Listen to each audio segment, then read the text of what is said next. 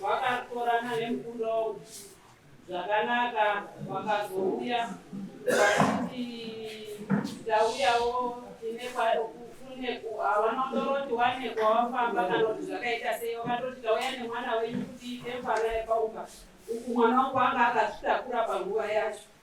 Tichibva tatadza kunzwisisana pakazosvika pakunongedzana, pakazosvika pakuwati aiwa torai mwana muende naye nekuti une zvaakatakura zvekumusha kwenyu nemimba ngeyekumba kwenyu.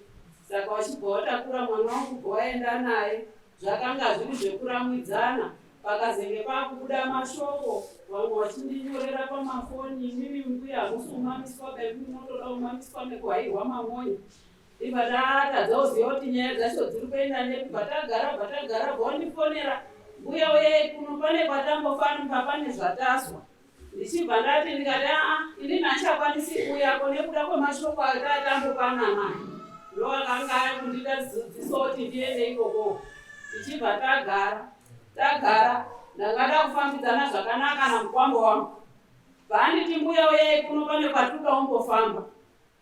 Ndaenda mandataurira baba ndikati baba pane kwatuda umbofamba namukwambo. Tichibva ndaenda kwaHonde, ndasvika mandafamba namukwambo wangu kwawakanga waenda. Takasvika wati takaziti uye nezvakati nezvakati, asi inini chakashandwa ipapapo inini handina kuchiona kana ngozi yacho yawangotaura yacho haina kubuda, haina kutaura, inini hapana chandakazwisisa.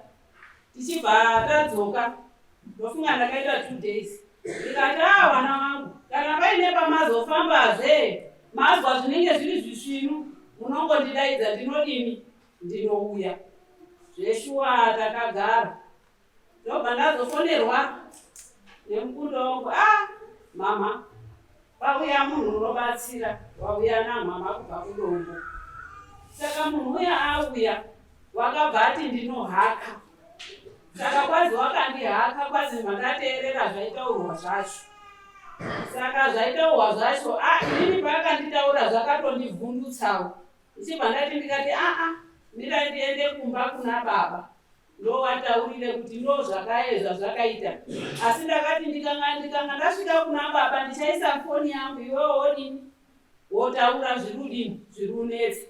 Zveshuwa zvakaita saizvozvozvo. Ndichibva ndataura namukwambo wangu zvakadini auye timbodini timbofambe. Mukwambo wangu akati aiwa mhaiwa hapana chakadini chakashata. Zveshuwa wakapiwa mari ndimukwambo kaziendai wakatopiwa very day racho iroro bvatouya. Vakandoya bvatatanga kutofamba hatina kumborara. Bvatatanga kutofamba. Zvinhu zvabuda zvinhu zvagadziriswa. Zvinhu zvapedza kugadziriswa ndakati zvisati zvapedza ndakataura namukwambo wangu. Mukwambo wangu akati mhai kana mapedza kugadzirisa zvinhu ikoko uko ndoda kuti muzotore mwana wenyu muzoye paanouya totanga zvekudini kufamba. Ndikati aiwa mukwambo hapana chakadini chakashata. Zveshuwa zvapedza kugadziriswa zvinhu takasimuka tiri 5. Tichibva taenda kwaHonde.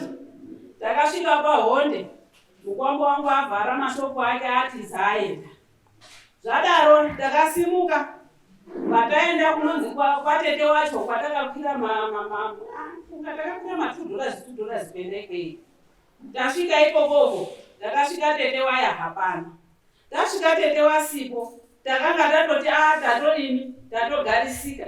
Dzakuma8 dzemanhe dzisati dzakuma8 kuma7.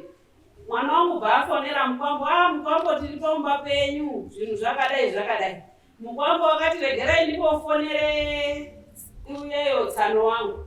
Wakafonerana. Wapedza kufonerana isusu takanga tazototi tagarisika. Wachibva wati ibvai pamba pangu kuma 8 dzeusiku. Dzokerai kwamabva kwamasere. Takatanga kudzoka. Tadzoka kwamasere kuya. Takasvika kuma 10 dzeusiku. Mvura yakanga yakuchitanga uchiseta kuti yakuda unayo kuti nekamananga chechi. Tikati tochiita sei sevanhu vanga vajaira kugara pamashopu vakati regerai ndotaure nevari kumwe shopu.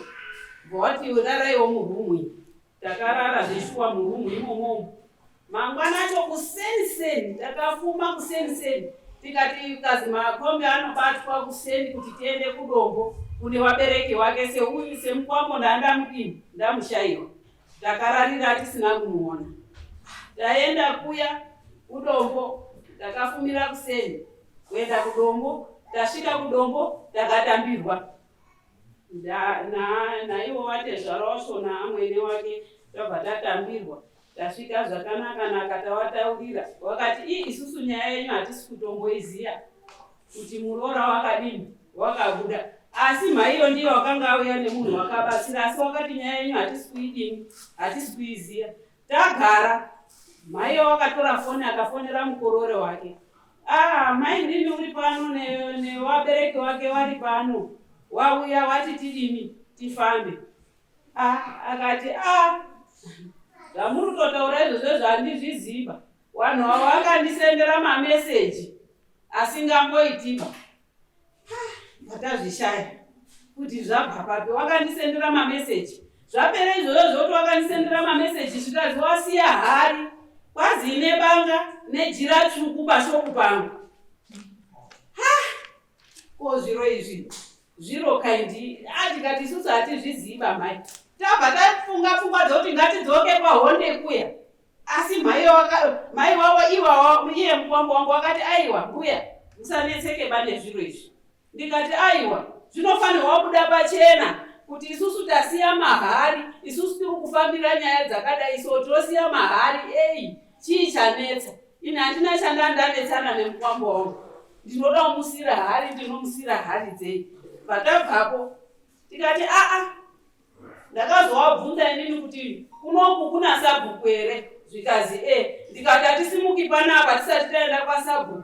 Timutauriro kuti tafambira zvakati asi mwana wangu tiri kumusiya panapa.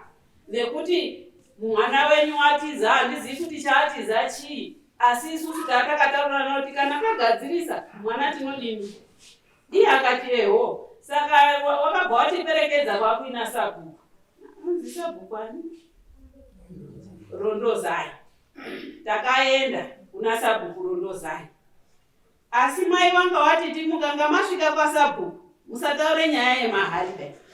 Asi isusu ipapapo takabva tavateerera. Takasvika una sabhuku. Takataura sabhuku kuti sabhuku tauyawo nemukunda wedu. Asi tamusiya pakashongo. Nyaya dzakadai. Saka asi tamusiya papi pakashongo kuitira mangwana tatauya kuti tifambe. Wabva wadini warega kuti tidini tifambe. Zvikazi iwe kashongo mwana wako uripi? Vawafonerana. Akati ndiri Harare. Zvikazi uri Harare. Ndoda kuti kana wazouya uye muende kwaMarowa mofambe nevanhu vekwaMarowa. Akati amenoti wakapindura noti nasabhuku. Saka isusu batabvapo pasabhuku. Batauya kwedu kumba. Tasvika kwedu kumba. Takasvika. Tobva tataurira sabhuku wedu. Sabhuku semunhu watati kufamba naye pesa. Tichifambira futi izvi tati kufamba nasabhuku.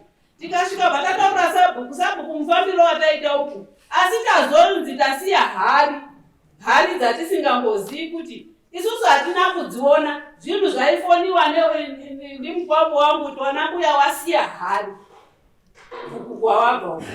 Saka hari dzacho hatizizii kwazi nemari here amenoti imari kwazi 700 kudini yakabayiwa netsoni ngezvekundozwa. Hatina kuzvionawo kuti tizvione kuti zviro izvi zviri apa hatina kuzviona. Ndiyo nyaya yangu. Saka nyaya yenyu ndeyekuti mwana wenyu wadini? Wakabva wazouya. ndasiri wakabva wazouya vauya kwaSabhuku zvikazi tauya kuti handina kuona chatakagadzirisana asi iwe wakati isusu mwana wenyu hatichadiba. Ndokutaura kwawakaita wakati mwana wenyu hatichadiba. Watezvara wakati inini handichamudi.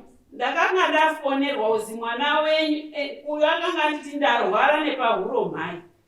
Asi ndamwa mapiritsi. Asi mbuya wakazotorawo nomumaraini wakati mwana wangu muroro wangu wamwa mapiritsi wauda kuzviurayira paumba pangu. Wazibva wakurunga ndoo. Bwawatanga umupa ndoo dziya. Ameno kwazi pane wakazorumwa here. Asi zvadaro kudaro ndakabva ndazofonera mhai inini. Ndikati mhai chiiko chiri kumboitika? Zvikazi mai nini wanga wati ndamwa mapiritsi asi wati kwazi wati mwana akudidini saka ndadaidza vanhu kuti timupe ndoo. Saka ndikati iwe wamwa mapiritsi kazi ndandomwa mapiritsi ekuti pahuro pari kungondirwadza asi wandidaidzira vanhu vekuti wandibatirane kuti wandipe chinyi ndowe. Saka zvadaro inini wakabva wazondoya paSabhuku wakati tipei ndiro rekuti tipe mwana wenyu duro rekuti handichamudiba. Asi inini ndakati apa pane mwana ina handisati ndane pfuma yandapiwa ba. Mbuya muzvibagara pasi. Uruzi mwana wenyu wadini. Zvakuya kutura. Apa ndobva runetsa kuti chiakati chacho chiripo chacho takagadzirisa. Chii? Kwazi pane chikwambo takagadzirisa. Akagadzirisa ndiye. Ndiani wakagadzirisa? Takagadzirisa nana baba mumusha. Mumusha menu. Imimi munotochiziva. Achakabuda chikataura. Vamagadzirisa. Saka iwe in agreement uzilishwa chikwambo munochiziva. Saka iwo wakati Saka iwo wakati kwazi kana zvapera mochidini mochiuya tochifamba ndokuchifambire chandazoita kuti tizoziva tasiya hari tadai ndochifambire chandataita semunhu angatigadzirisai zvinyi zviro nekuti iyo akati kwazi inini ndakasha nekuti pachakahakwa chakataura kuti inini ndinokumonya. Saka iyo akati ini ndinotya hangu dini kuurayiwa. Saka tikati aiwa nyaya yenyu imimi ndiye kuti mwana akadzoswa kumba. Ndo nyaya yenyu. Wakomba kwakaroora here? Hawana kuroora. Aregerai basi.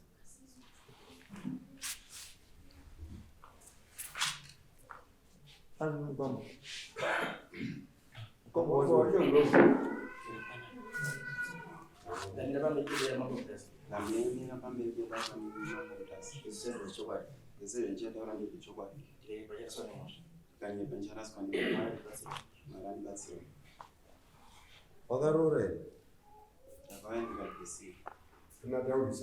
Ndakauya ndikabvisira ndanga ndinawo.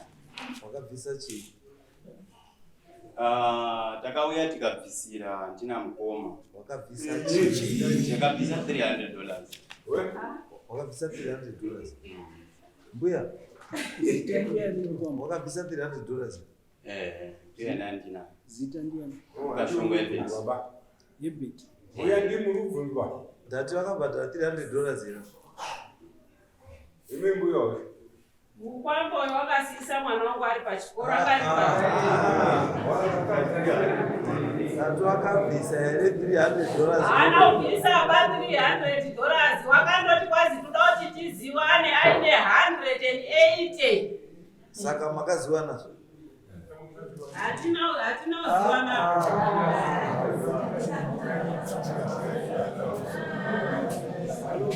Saka iwewe shamwari. Saka shamwari. Iwe nyaya yakati udzosere mukadzi ndei?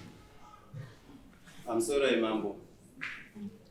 Ini ndakaroora mukadzi wangu last year muna August. Akauya achiti bindi nenhumbi yako. Akauya kwamasere kubasa kwandinogara. Usati aitwa. Ndoti akauya nenhumbi yangu. Akauya nenhumbi yangu. Ndikati handikwanisi kugara newe panapa. Hambai kwatete. Takasimuka tikaenda kwatete. Tasvika kwatete akatongawo nematongero akadino akaita akati nyaya iyi handigonoisa conclusion, munofana kuenda kumba kuna mai nababa. Iye akandita ndiye kumba kwenyu nini, ndinoda kugara pamasere. Kusvika tikanesana achiti kumba kwenyu handiendi, ndinoda kugara pamasere. Kusvika mukoma wangu afona achiti mainini makambozvionei kuti munhu unoda kugara pamasere asina kuonana nevabereki, musina kuonana nevabereki kuno. Kusvika atomuitira zvehasha ndo patakazokwira kukumba. Patagadzirisana ndakatanga kugara kwataiita ainge ari munhu uya kutoti kana akangogara anotanga kutochema. Muruchemei handiziva papa hapinduri nguva yacho. Ukazomubvunza papaya unongokutaura kuti hapana. Manheru unotogona kutongobuda wobva totanga kutofamba kuenda. Pamwe pacho unoteera wobva wamushaya pamwe kuti afamba sei. Wozotokufonera kuti uye unditore kwakati. Chii chiromboitika? Wotoenda kototi kuti usiye munhu ari kwanenge ari azviti ndiye unenge kugara naye ende futi unenge uchimuda. Saka ndaenda komutora. Patazogumisa tati kunoku kwandinogara kuno kune mabhinya. Munhu unozogumisira adini achekwa nemabhinya. Ngatiende kumba kwacho. Totsanangure nyaya iyi.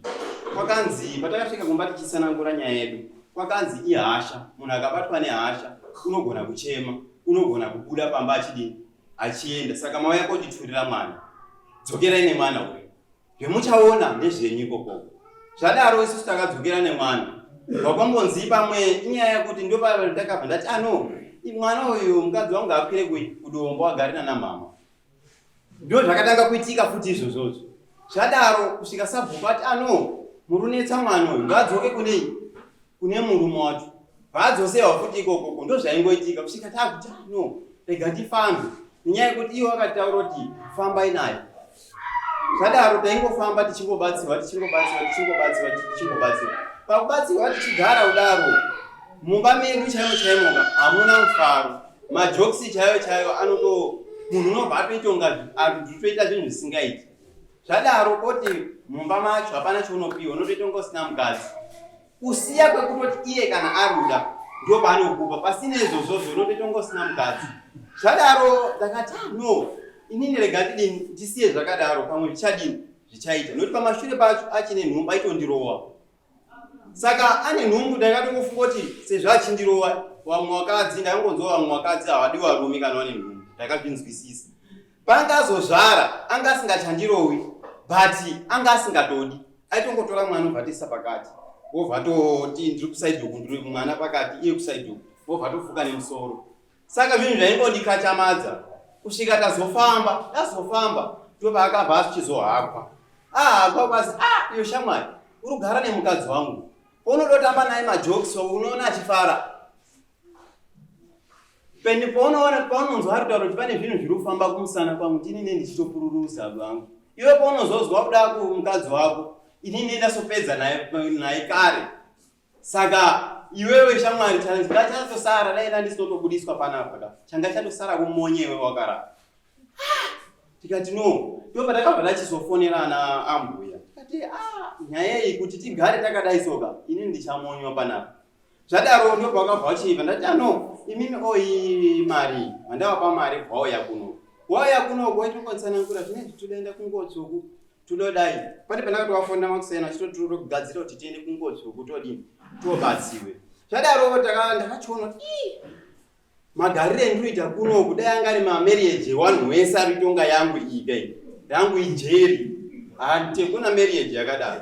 Tikati imimi zvinhu zvenyu ndikasagadziriswa uye mutore bhegi renyu mudini muende nenyaya yekuti zvinhu zvandichavikwanisi. Zvadaro ndakaona mashoko anga kutangodota takutanga kuchinjana ipapapo. Tikati ini ndozogumisira ndakutukana naambuya. Mandabloka nhamba dziya. Ndabloka nhamba dzemukadzi nedzaambuya kuti tisataurirane mashoko akadini akashata. Pakatanga kufonwa nedzimwe nhamba dzacho ndinadzo mufoni mangu. Saka ndanditori busy ndikati munhu ndichadini ndichipedza zvendinoita ndobva ndasimudza call ndobva ndafona. Saka ringa kekutanga kechipiri kechitatu ndo kana kachibva ndavhunduka tikati munhu uyu urifona katatu nokuti munhu akafona ka2 akaona kuti aiso respond unongosiya ungomira wozofona futi. Munhu urifona katatu foni yangu chaifoni be. Zvadaro ndakabva ndaona message yakabva yapinda kwaziwa nyuma tatudobva tatokubaya. Tikati ndobva matondibaya. Tikati nini handipinduri. Paingofonwa pamwe unoona pane 10 missed calls dzenhamba idzodzo. Pamwe panoona pane 28 missed calls dzenhamba idzodzo. Wachitanga kuchisa message akawanda tudai tulotraya kukubaya zviruramba wakambotsika pai mudzimu yako inewe. Zvinhu zvaudotondiuraise. Vandazozwa kwakuzi baba Tanya ndiregererewo. Zvadaro vati baba Tanya ndiregererewo. Kwasi truku yanhasi. Pamashure pachi pemamessage anganyora achiti takutadza tati chiloto kubaya asi tichauya nehari nezvaakataura zvese tichisa pauipa baba. Ukaona zvinhu izvozvo zvawazvibvisa takutadza uri murume. Zvadaro ndakati inandimiri baba pakadaitwa handimiri baba. Ndatosimuka ndikati no ini regai nditobude ndiende ndobate bhazi ra4 kwauri ndiende kwaRari. Penodzoka nyaya iyo vanenge vaona zvekuita sezvo pane zviriitika pane mamessage wandisira kuti ndiwamirire kuti wasvike nezvautaura izvika handikwanisi. Ndakabva ndatobuda ndopa wakabva wasara paitwa zvinhu izvozvo zvakaitwa izvozvo. Vandatofonera ndiri kwaRari kwazi shamwari anga makusei nacho amangwanani. Kwazi shamwari pako pane jira nebanga nechakati. Ndobva ndatanga kurohwa nehana kuti saka zvinhu izvi zvandakanyorerwa pamessage ndizvo zvatoiswa pashopu pangu pashopu sei. Zvadaro tikati no. Ndopa wakabva wachizokwira kudombo. Wakwira kudombo vandazofonerwa naSabhuku. Kwasati kuda kuno ndikati kwandiri zvinezvi ndiri kure. Asi ndinodini ndiri kuwe. Matazosvika kuna Sabhuku. Tasvika kuna Sabhuku. Batachitaurirwa hanzi naambuya teerai kupi kuManika Bridge. Tatera kuManika Bridge takatera mari mwezuro musi weThursday. Ndobva takatera chidogadziriswa nyaya yedu. Takutobuda baba wangu akabatwa bhachi kuzunzwa nemukadzi wangu. Atashayiti saka kuruzoti zvagadziriswa baba wangu arumbozunguzwa nemukadzi wangu. Zvinozoita picture ipi? Andatota no kuti ndibate vana vatezvara wanga waripo vandaona kuti kuti ndibate ka inini rega ndisiye zvakadaro nenyaya yekuti tinotomutsa hondo panapa vanenge vakuti wakubata kudai. Vandatosiye zvakadaro anotongobata ndatongotaramba ndakatasawo vatatobuda. Inini vandatota ndakudini ndakwenda nenyaya yekuti kushoko kwangu kudopazwa kuti ndirare ndisiriko ba azviti ba vatatobuda. Vandatozwa musi weThursday yacho kwakuzi turudi kama panapa mambo saka tauri pamusoro mambo musati pamusoro wanare inini ndandiripo uyu mumwe baba akatobatwa kona nyaya ndakaona yakanga ine mwana awanga wauya wasina kana bhegi kana chimwe chinhu kuti wakasvika chiita kusiya mhuri dzenyu panapa. Matauro wakaita kuti achauya kusiya mhuri yenyu hatichazvigoni zvatiremera mazvo. Saka vanhu vakati ko mwana mwenda ine mwana wenyu kuti hativasosarawo nemwana wenyu vachitosarawo newedu. Ava vakati mwana isusu hatidini ba hatimudi ndatosiya kangosiya pasina kana munapukeni here mwana haana nemunapukeni nhasi kana kekutanga achifuka hapana kwachauya kusiya munhu kumba kwake sida kutoenda. Ndipo takazotanga kuti aiyo Sabhuku nyaya isungende kwa Changamire atibatsire nyaya iyi. Saka maona yakasvika zumwe nyaya iyi pana. No, it's right. Nyaya iri kuti pane nyaya mbiri dziripo kana kuti nhatu dzisingafaniri kubatanidzwa. Pane nyaya yengozi. Pane nyaya yekuroorana ndechipiri. Then kokuchaya nyaya yechitatu yerudo chero kuti mumarriage macho mumbori nerudo here. Vanhu ava vari kugara wese vari kungodana here because zvatokutsvaga tese tunyaya twokutsvaga kuti tidzingane. because kuti munitaura kuti chekutanga kuti mukadzi unozwa urorwa umusha woti ndoda kugara musitoro usingasviki kumusha kwakaroorwa. Chekutanga mirai ndichekutanga chandinobvunza kuti izvo zviri possible kuti ambouye kuroorwa kwacho wakamboperedzwa ndiani? akauya ega kuti ambori kumboenda kuroorwa kwacho akamboperekedzwa ndiani? Because kuziya kwatoita isusu wana tiri ndo basa rako kanoperekedza wana kana wava kutizira kana kuenda kuroorwa. Saka tete akaenda kusiya mwana wamashopu ndiani?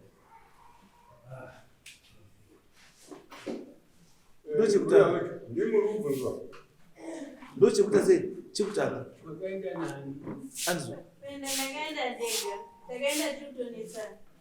saka wanga uri kuenderei murunditsana?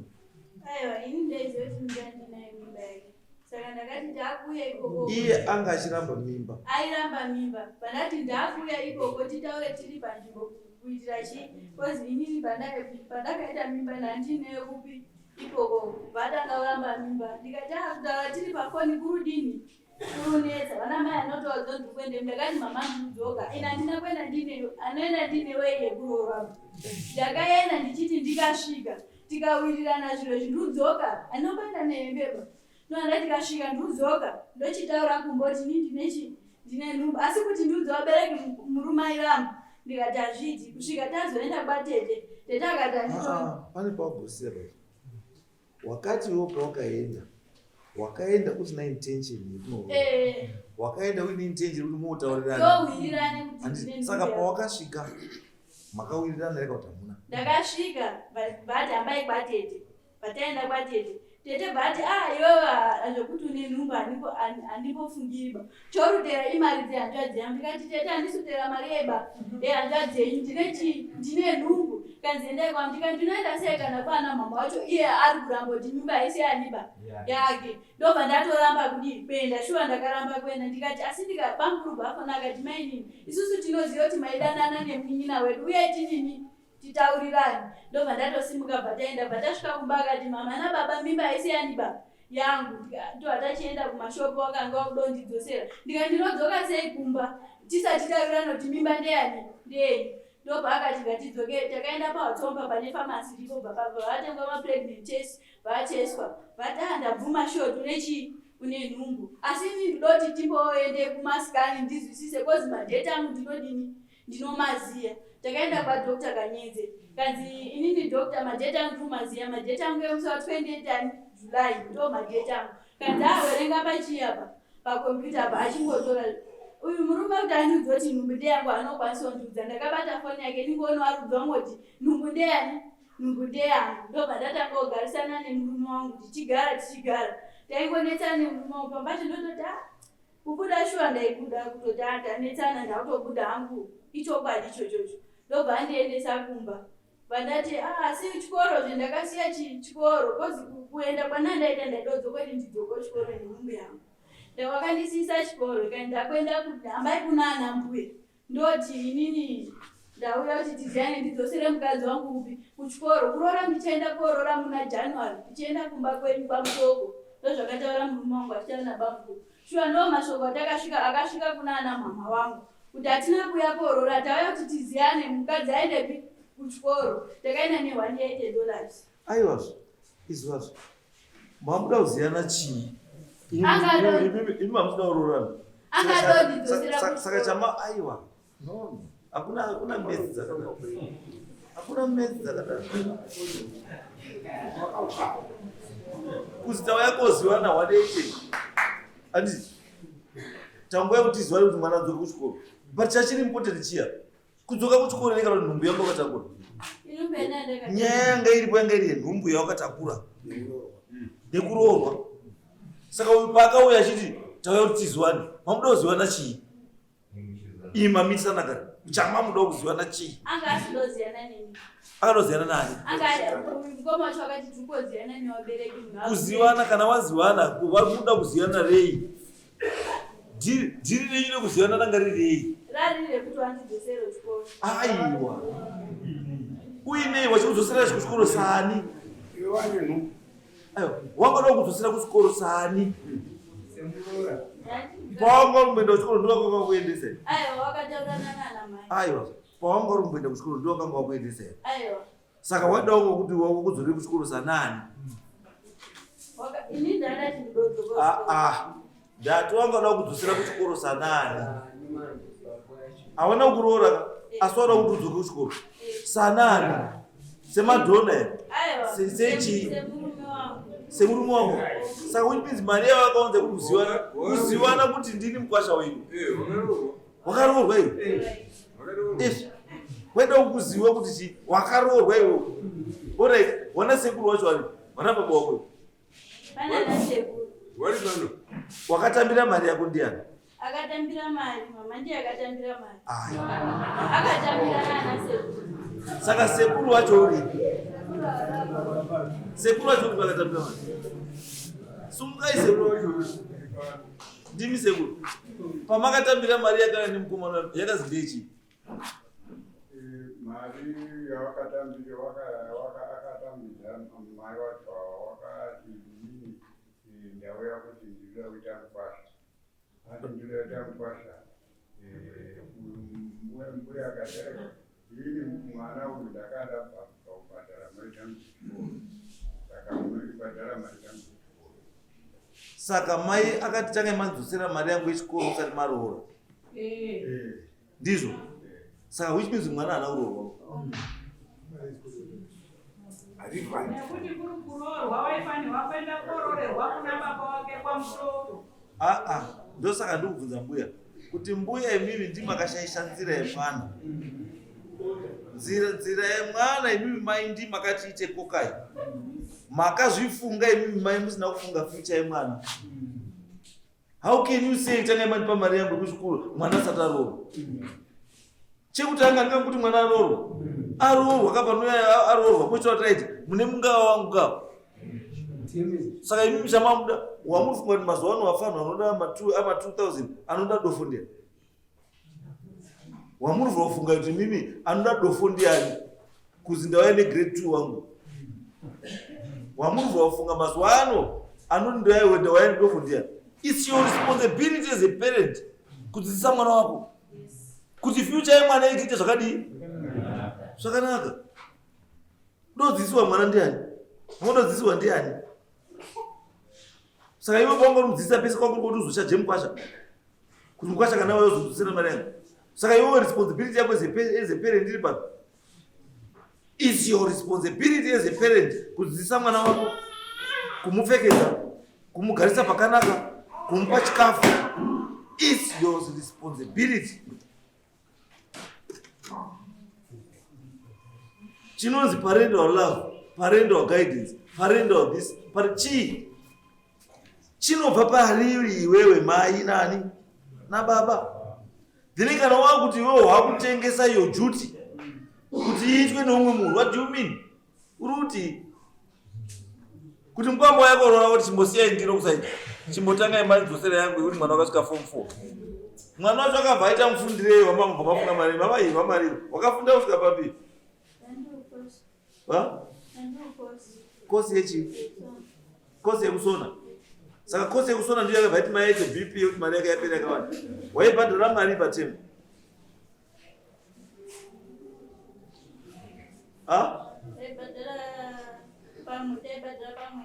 Mari pamwedzi?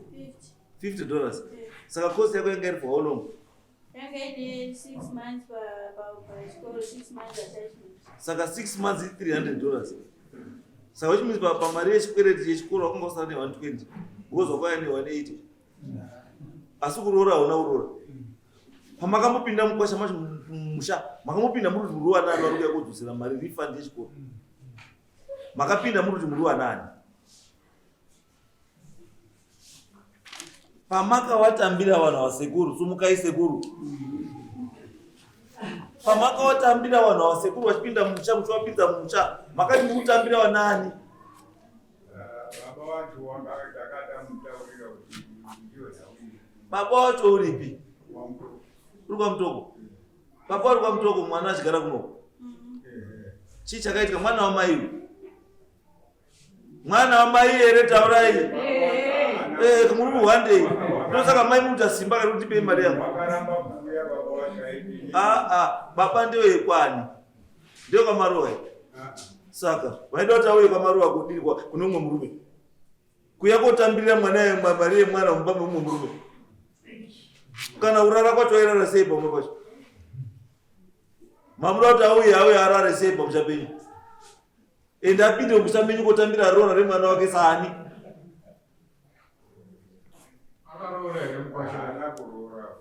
Aiwa, ndizvo ndikutaura kuti apa munhu akakanya bhora rese ndimai.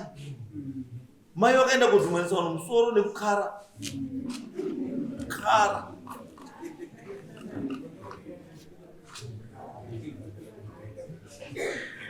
Because mwana mubva ndiripo.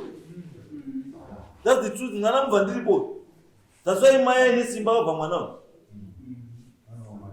Mwana wamai uyu wakauya akaberekwa ndimai uyu ndosaka mai aine simba rese obva mwana. Asi simba renyu makaenda kurisa pani wrong because mwana haasi wakamarowa bao. Mwana haasi wakamarowa bao. Baba wake mai ndi munomuziva chimbesai moko pasi ndi munomuziva baba wake.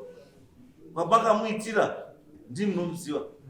Saka zvamaifanira kuita mwana uyu asati apinzawo kumwana wamusha umu. Anzo maifanirwa unga imi makaendesa mwana musha baba wake anororwa musha baba wake. Ine izvo zvinhu muri kuona izvozvo. Muri kuti zviri kunetsa pamwana uyu asiriwe kwamarowa. Motungamidza namarowa kuti wachengetedze zvinhu zvemwana wenyu. Uyu mwana wangu zviri kunetsa nezvakababa wake. Hasiwe kwamarowa bao. Zvamuri kufambiswa namarowa muchiswera kuti pane ngozi pane zvinei namarowa bhoza haasi mwana kwamarowa. Muri kutakurisa vana maruva mutoro isiri yawo. Imi mai torai mwana muendese mwana kudzinza rake. Zvinonetsa mwana zvinogadzirwa kudzinza rake hazvigadzirwa maruva. Musakanise madzinza pai. Wati taura makaendeswa kumbadi nokuziva. Saka chakatisa zvokuzi 180 izouye kwamaruva isingaendiko kochi. Inini kusaziva kwezi bangu. Ndati kana kumusha kwako chikuziva ukaendesa kwako. Pakauya 180, sei 180 yakauya kwamaruva isina kuenda kutsvaka kwao. Murume wangu akati mari inosvika kwamutoko asati ndanayo. Asi kuti ndoziyana nevabereki wako kuita mangwana. Izwa, wakaziyana nemubereki 1. Hauna kuziyana nevabereki. Wakazivana nemubereki 1. Umwe wacho haumuzivi, murume wako haumuzivi. Haana kutombosvika. Mari yako yakafanana kuti makapanda pamusika wehuku. Mari yako yangofanana kuti manika bridge pamusika pako kutambidzana mari. Ndizvo zvawakaita. Because kana chirorwa kacho zvatoziva. Unotombererwa kuchikoro kuti mwana wabuda musha mwana warorwa. Ati mari yeswa mundiro. Yotaurwa mwana wadini warorwa uyu. Chiite kuti mbeke wake igare zvakanaka mwana so zvitaurwa. Saka iwo no ndiro nothing. Ndiro yako pocket ya mai wako. Izvi it's a lesson. It's a lesson yatofana kudzidza isusu wana mai. Wana mai kana mauya mumishame wanu newana wasiri weimomo. Musawaitise tsika dzeimomo wozhandi dzawo. Mwana kana ati kurei ngaaende kudzinza kwani kwake. Kuti musazokomplicate zvinhu senge zvomakuita izvozvo. Ivi nyamba murume akabvuma kuchengeta mwana wako handi wake. Kukubatsira iwewe bosi azuwa iwewe nesanzu rake nesanzu rako. Hana kuzwa sanzu rake pamurume. Azuwa sanzu rako. Asi wechiziva kuti sanzu rangu kana rasvika mumusha rinozobviswa kuseri inonzi chihembe chamunopfeka kuzasi cheZambia. Chobva chaiswa kwakanaka kunze kwemusha. Hachirambi chinonzvenzvera kuseri meZambia muchitenderana nemusha. Aiwa, chinobviswa chogadzikwa pakanaka. This is a lesson, a very crucial lesson kwakadzviswa munhu. Kana waita murume mwana nemumwe murume, mwana iyeye ngaende kumusha kwani wake. Tsika dzemwana iyeye ngaadzidze tsika dzemusha kwani wake. Mwana ngaamusamudzidzise tsika dzekwani kwake. Musadye zvinhu zvevamwe madzinza mumisha yemamwe madzinza. Zvinokudzokererai.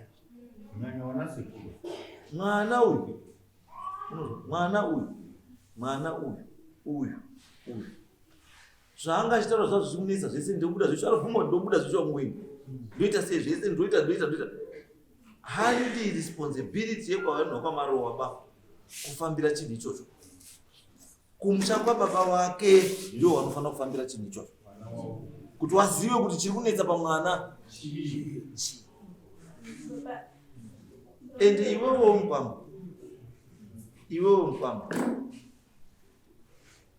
zvakafanira kuti wanaurora takatopiwa nelist. Aiwa, ndosati kutaurira kuti vanhu vakakupa list, vanhu vakakupa list handiwo vanhu vanofanira kukupa list. Saka iwo nyaya iripo ndekuti chekutotanga anditi une zvinhu tu zvausina kuita. Hauna kuroora, hauna kuramba.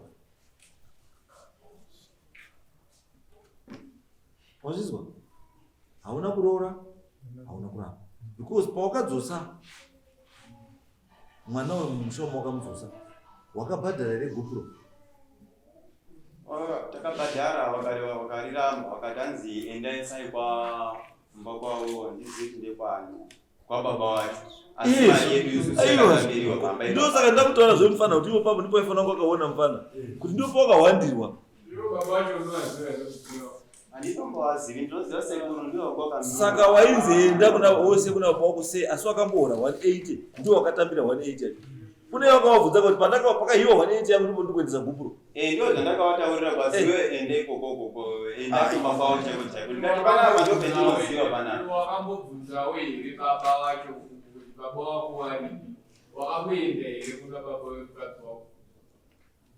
Handina kumboenda pale. Baba wacho wakakuenda, baba wako wakakuenda. Pamberi kwako hapana? Baba wangu. Mimi baba mimi makadiwo kubatsira mwana kuti azive chezvati. Baba wangu asingakwanisi kubatsira mwana because mwana ngagara asuka mukadzi. Ndamutondere kuti muroora angagara asikudiwa mumusha. Saka munhu anomusapota hapana. Aiwa, ukaona vanhu vakuenda kwese nekupresidency test nechi madoubt, those are masigns ekudhauta. Hamuna kutamba chakuta here. Ukatamba ukati puka. Ukaona munhu akuya akupinza iwe unoziva kuti ihead. Unoita sei? Uno doubt. Ndio zvazvikuita pano. Haungatiwo musikana kuti ndamitiswa. Wandimitisa ndiwe. Woti ngatimuende kupregnancy test. Ngatimuende kwatete. Ngatimuende kwakati. Masigns ekuti mukomana was not ready atanga asikatodi. Mari yekuti tiende kumusha kwenyumba sekuru hasanda nayo. Kunyembewa zvese zvatinodanza tina takatouya wakataura kuti chimbomira chizwa iwe are you ready kusangana na tezvana wako chaiche? That's the issue. Iwe hauna kuya kudana kwati kurambisa izvo.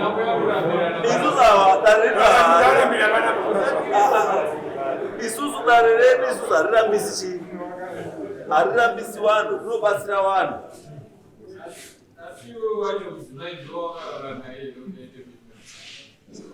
Kaitika ndechekuti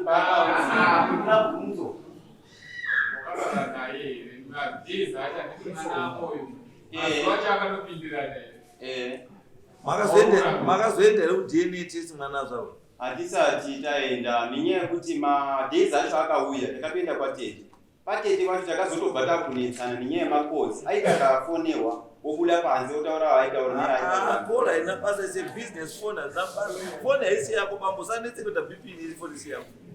Munhu kana ari pafone zvitoti every time ari pafone utaura zvinhu zvakashata. Pamwe watotaura business autaura chi phone is that we don't use that kuti aimbotaurire kunze. No. Iwewe pawanga kudairawo dzako waidaira ari kwe. Haniko aibudawo kunze. Saka where is the difference? Why iwewe wainya kuda kubva phone yake isi yako? Wanga munyumwe. wanga uchimbonyumwei zvokudauzwa foni koyese yauya uda kuzwa kuti iri kumbotaura nezvei. Nyaya yako yanga iri papi nefoni yake? Anga mawezi kutsvaga, kuda kutsvaga kuramba mimba. Right. Pana tete wangu vanobva ungasunza mugorika. Taura iti ndikuona mune chidaka-daka. Pamwe pane patisikuya soti grow. Yes. Ndoda kumirira baba wemwana. Ngekuti ngozi ndeyemumusha kwake. Ngozi yakabatwa ndeyemumusha kwamwana. Kwani? Pamarowa. Ndokuti nengozi yainesa mama. Ngozi inesa apa pamwana? Ndeye kwamarowa. Saka inoenda kwamarowa sei uyu mwana asiri kwamarowa? Siva havasi kutsanangura kuti mwana uyu ngozi irimusha kwamarowa yakaiswa pamuzi. Yakaiswa nani? Iruzakaiswa nasekuru. Wakatambira 180. Yakanga iri yani ngozi iyoyo? Tete kutora kwaitaka mataura semunhu ari kuziva padenya chingotitaurira izvo muziva pedzai pamatanga pedzai pamatanga ndiye akashaisha maoko ashaisha maoko ndobva vaisa ngozi pamuzukuru mwana wehangadzi yakura yakura mwana musikana akura ndobva vabvisa saka akabvisa ndisekuru avo wakabvisa pamwana wavo kubva waisa apa. Sekuru torai chiro chenu.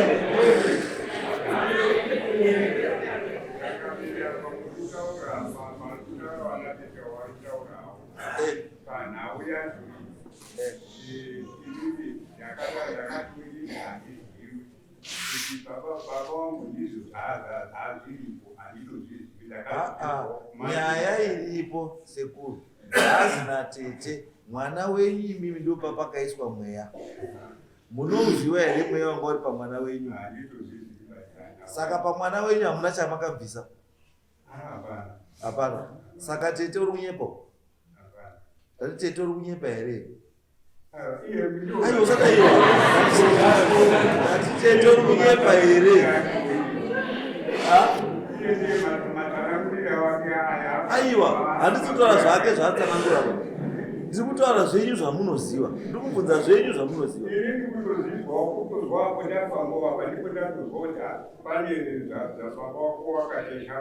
Saka zvemazwa zvoba wakashaisha maoko bva madini? Ai ndati makabva madini pamakutaura kuti baba wenyu akashaisha maoko? Nanhasi hamuna chimati maita? Hapana. Nanhasi hapana. No, it's okay. Alright, mirai. Mata hamuna imishinyararai. Taura mwana. Nini ndakazvizokwa nanje. Ndauza wakauya wakafamba neni. Nini zvese zvakaitika ndisi asi kunonzi ngozi yanga iri pandiri yakati ndodzoka mumusha mavo. Ndogare pane kamwana kadoko. Kamwana kanowakaseke mwana wamukomana. Wanzi ndiye mukomana waanoda asi ndakogara ipapapo. Wakati ndakungozwa iwo avanatete ndowalozvizivanzi kanzi yakadirwa doro mukicheni chichi asi ini ndakani ndisasatsike pamba pasekuru avo nechiro chokana pamai pekugara handina kutotsvaka pekugara kuti dai ndagara nemwana ivo sekuru wakabvuma zvinhu zvavo kusvika zvabviswa pakuti zvibviswe pandiri wanga wabvuma sekuru wangu avo zvikaiswa pane mwana musana karipoka mwana kadoko kakanzi ndo kakaisirwa zviro zvo kari pakita mwana kachi vakauya ndo kakanzi kakaiswa zviro izvozvo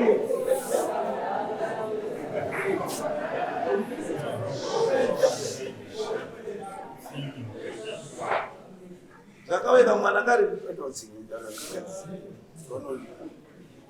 kari fika mwana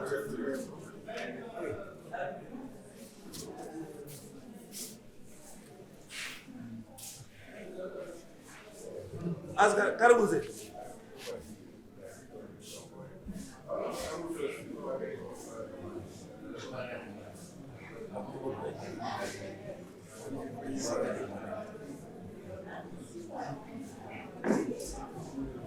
Those are told to track. Kurukona vatete tsaka. Alikona shamwari zvawaita. Zvawaita apa. Zvamaita apa. Isu ndo zvatete tsaka. Kuti mai watu wakubuda kunze wobva usira iwewe mwana wako wabata mwana wako anaombochema anakuta sei akuziya baba wake.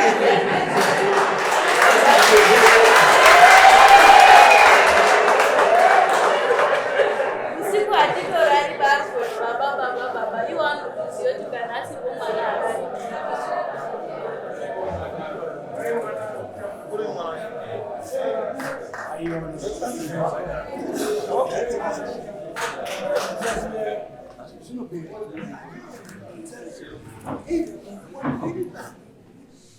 Ivi vile makule mangani?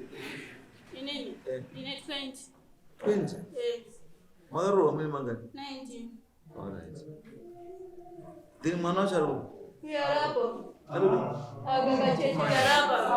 Doka kanji kagara chiro chachiri bandiri.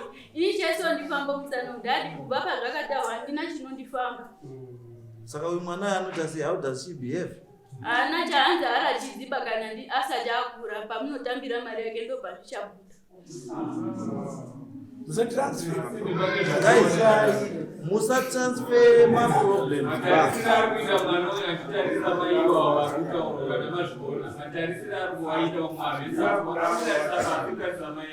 Matiba.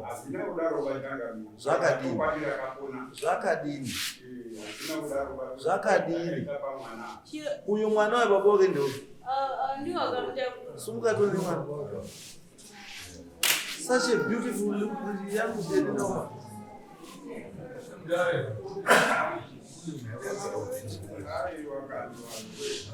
No. Ati zvakadai pambo hatimozofariri hatipozviipa. Izwai pambo. Mararama upenyu hwenyu. Mararama upenyu hwenyu mimi. Maakulast quarter upenyu hwenyu. Maakutoenda. But no, mirai pambo. Musaite utsimba. Kutransfer problem. Kubva kuno another innocent soul kuendesa kuna another innocent soul. Why? Iwe kufara unagiwa nokumadori mana mtsiguru. Unozwa sei wakadhakwa kana uchiona mwana uyu? How do you no? Izwai pambo. Pambo. Chizwai pambo. Izwai pambo. Izwai pambo. Izwai pambo. Izwai taurei kuti pambo. Taurei kuti hapana chandaiziva. And so then people can assist you.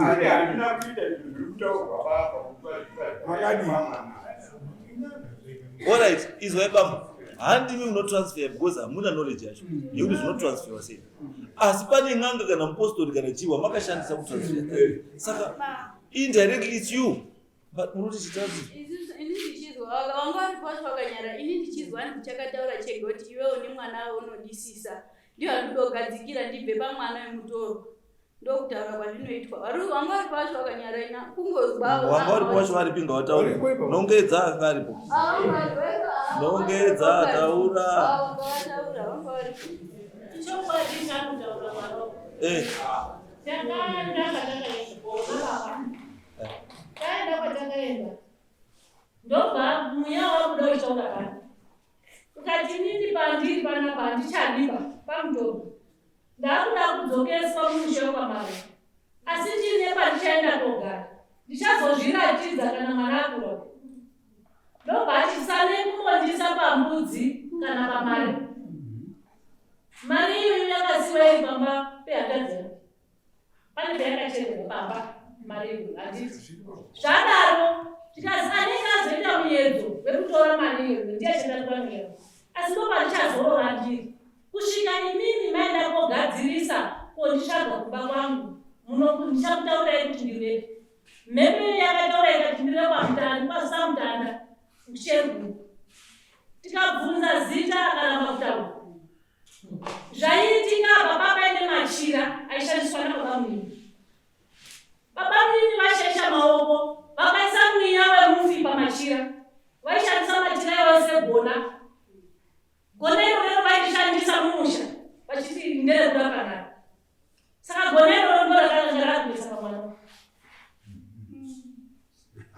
Right, so inyaya yakanaka iyi yajeka manje yanyasa kutula. Saka nyaya iripo ndeyekuti tete pakaitika zvinhu zvese zvimamuripo munozviziva newamwe wese, you are all witnesses kune chinhu chakaitika. Saka tiri kuti vana teteka muri kuona kuti chinhu chimamaisa pasi chisingafanira kunge chiri chaakupwanya imba yemwe mwana, asi nei nerudzi rwenyu chaakupwanya mwana imba yake isinei nemi. Gadzirisai chinhu chenyu chaonekwa maroho, chisaendipa mwana uyu, chisaendipa mwana uyu, ripai ngozi yenyu chinhu chiperechi. Pamwana uyu yakati ndabva handichadzoki, asi iye ngasasadzokerezve kopinza gumbo rake musha kwamaroho kana mumusha makarohwa mai vake vakazi ngasapinde. Saka nduti izvi kuna baba wake makaendesa here? Endai muture mwana uyu kumusha kwababa wake. Bosi mutora ngasatsike mumarohwa ndiko makamuchengeta. Munoti aende kupi? Alternative yamamba ndeipi? Kuti kana asina kana achinge auya vanofanirwa kuti wamutore woenda naye kuti aende kuita zvese zvinozoitwa zvokwasha kumusha kwake kwamutoko. Ndiri mukwamboka. Imimi ndimi mune mwana wemunhu. Imimi ani mwana womukwamboka. Ndimi mune mwana wemunhu ende muture kuna baba wake. Ini mukwambo otera kumbe ikoko ozoita zvake zvese zvokwambo zvoda kuitwa kupi ikoko, asi imi madzorera munhu kuchi kumusha kwake. Baba ndiye achaziva zvokuita nemwana wake. Imi mubvisai mwana uyu mumusha make menyu aende kumusha kwake. Perekedzai mwana. Yes. Chakuitika panjiri mambo ndechekuti kuendeswa kumba ndinoda shuwa kuti mukwambo atere, asi murume mazwa zvatari kuti handichadi. Imi kuti ndiende baba unonditambira shuwa, asi mwana Don't worry about that. Uyu mukwambo uyu iwewe uri kuenda uko kwa baba wako. Waenda kwa baba wako mukwambo achatera ikoko. Akaroora kusiriko achanofanira kunotanga kuroora. Azoroora kana asisadi anofanira kuzobvisa kuti gupuro ikoko kuna baba wako ikoko. Kana zvaitwa izvozvo munhu haamanikidzwi pakuda munhu asadi. Mwana wake uyo kana ari kudhauta nomwana asiri wake, endai ku-DNA test. DNA test inoprova kana mwana ari yake, he has to maintain mwana wake. Makuenda kucivil court woenda kumaintenance wochengeta chi mwana wake. Asi since mwana uyo ari under the age of 18, iwewe mai uchamaintainwawo iwe nemwana kusvikira mwana asvika paage of 18. Saka zvokuti uchaita sedhundwani, iwe dzoka kumba kwani, endeswa procedure yoitwa yechiwanhu, woendeswa kumusha kwako. Murume weya woita zvaanofanira kunge ari kuita zvaakaita uko. Isusu tachamupa timeline yekuti by musi wakati bambo imi munofanira kunge maenda ikoko. Baba ari kuzwa baba wacho. Anga munozwa bambo? Aiwa. Izvo zvokuti uyu mwana uyu handingamazwa kuti achafanira kunge ari kuwanikwa mumusha uko. Handiti. Saka ona sekuru chiite mwana panoti 1 January mwana unonge ari kumusha kwababa. Iwe mukwambo panopera January handizvo unenge matera.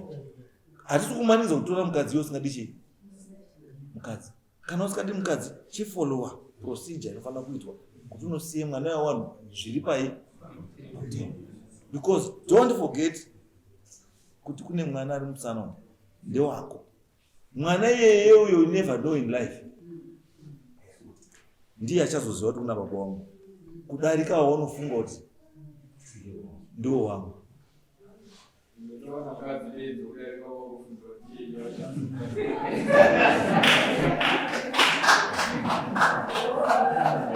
Angamukona zviripo because Mwari zvaanoita kakawanda kacho isaidha anokupa zvaunoda maningi, ndo zvaanokupa.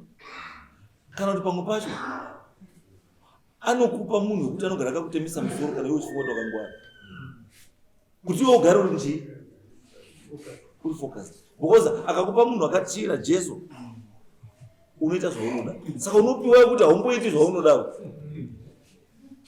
Ndozvinoita Mwari izvozvo. Anokukontrola neimwe nzira. Ndozvinoita Mwari. Saka iwewe unokwanisa kunga utosiya chipo chako chichienda.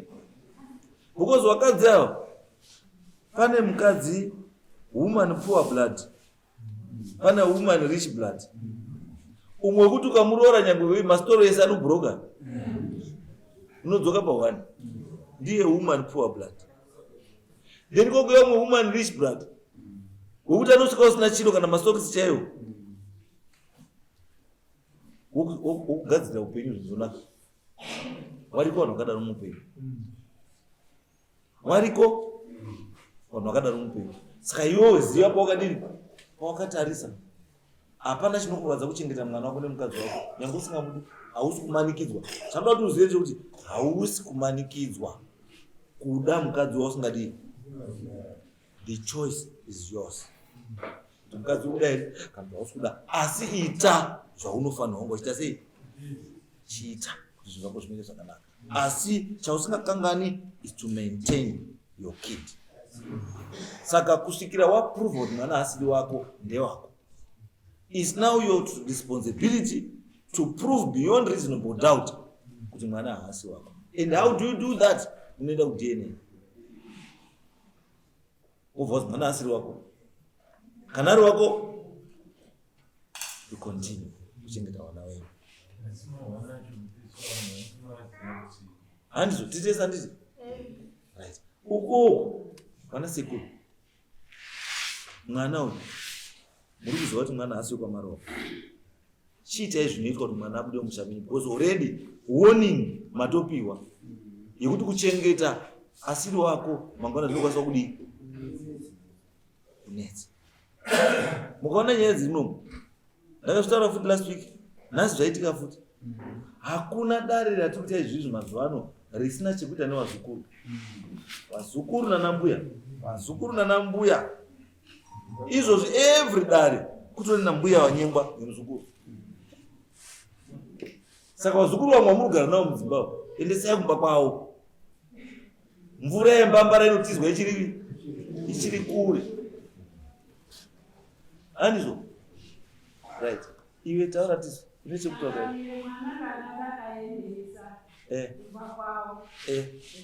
Saka ndinondodzoka ndinondodzaunda.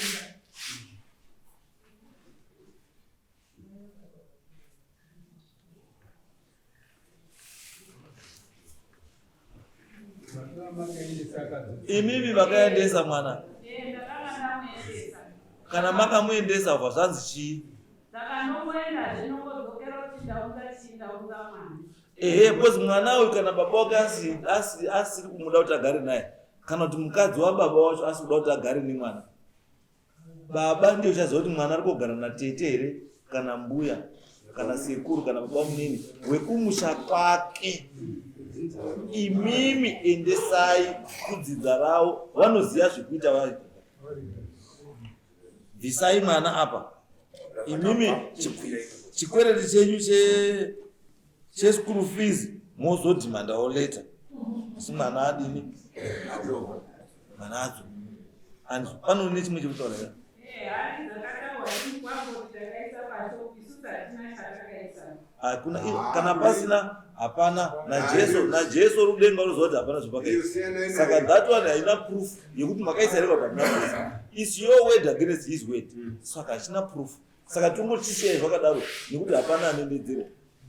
Imimi chiitai zvenyaya iripo yakakosha kudarika iyi hari. Sekuru taureti. Naura iri bade kuvunza unakonenge naura kuti mwana wako asingadzokere kumba kwakasina chii.